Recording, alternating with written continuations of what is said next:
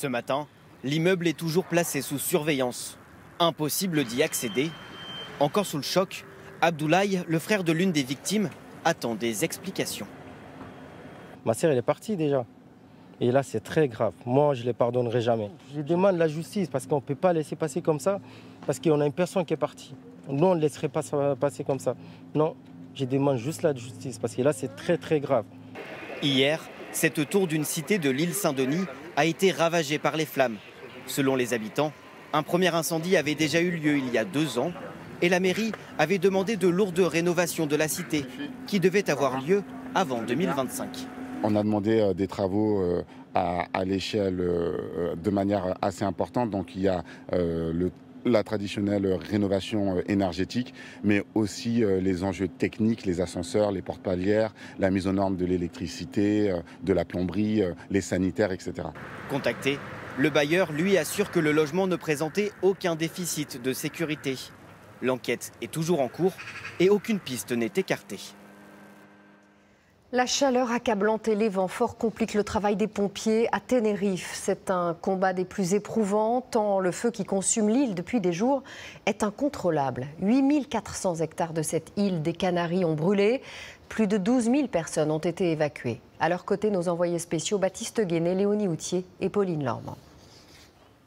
Ils sont à leur balcon, l'œil rivé sur les panaches de fumée.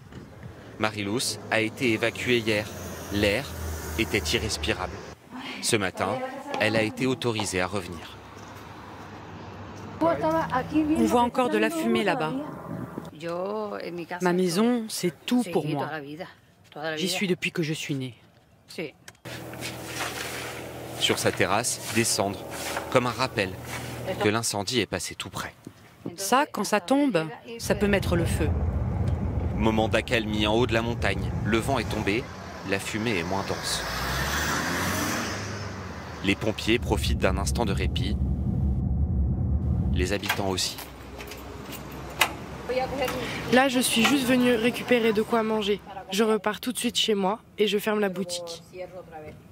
Voilà, des biscuits. Des milliers de personnes ont été évacuées.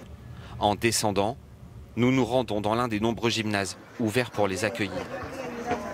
Ici, ils trouvent un peu de réconfort avec un café, quelques pâtisseries ou du crochet.